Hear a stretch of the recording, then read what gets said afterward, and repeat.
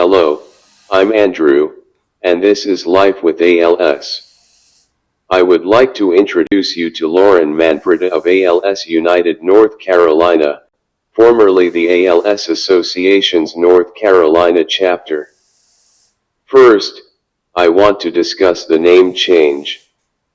Can you help others understand why North Carolina and 14 other chapters decided to break away from the ALS Association to form ALS United?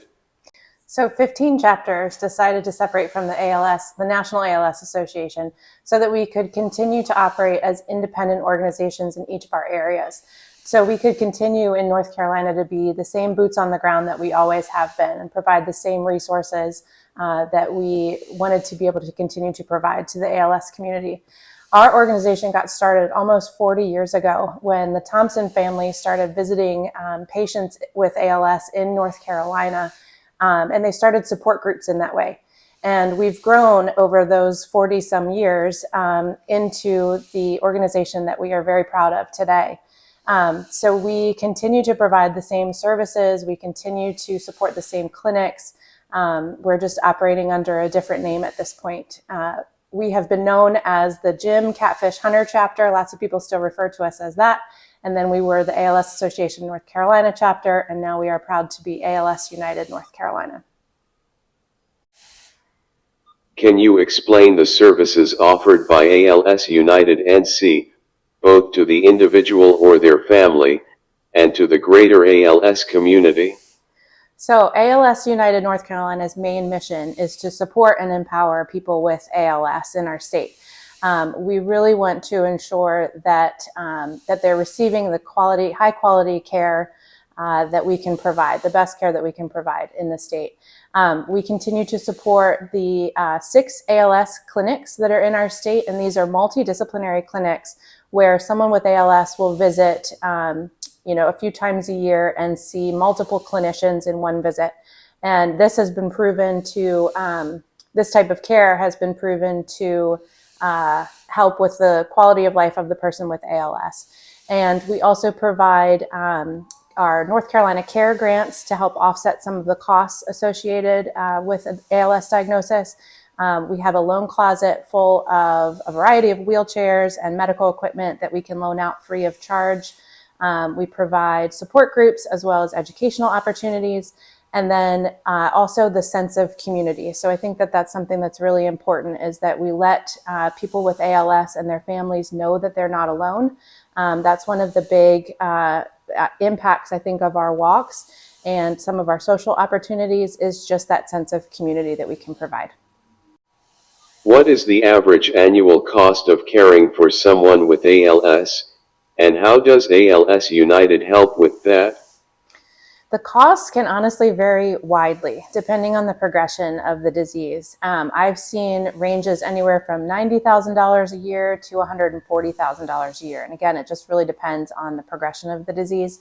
ALS United North Carolina provides care grants to families and to help offset some of those costs. And also our loan closet does that as well. But it can really be a tremendous financial challenge to keep up with all of the costs of an ALS diagnosis. I live very conveniently just 30 minutes from the ALS United North Carolina chapter office, but how can someone avail themselves of all the services that ALS United or the ALS Association has to offer if they don't have a nearby office, or even one in their state? So thankfully, there are many resources that are available online, and this kind of awareness building that happens through social media is super important as well, just to share this out so that other people know that there are resources available.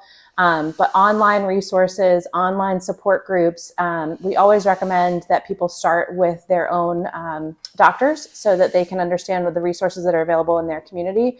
But like ALS United North Carolina, we post all of our support groups online. So if someone would like to, join, they can go to alsnc.org and look for our support groups. Can you list the successes in research and advocacy of ALS United and the ALS Association? So we all remember the Ice Bucket Challenge, which is now just about 10 years old, believe it or not. And that was made a tremendous impact on awareness, both nationally and globally.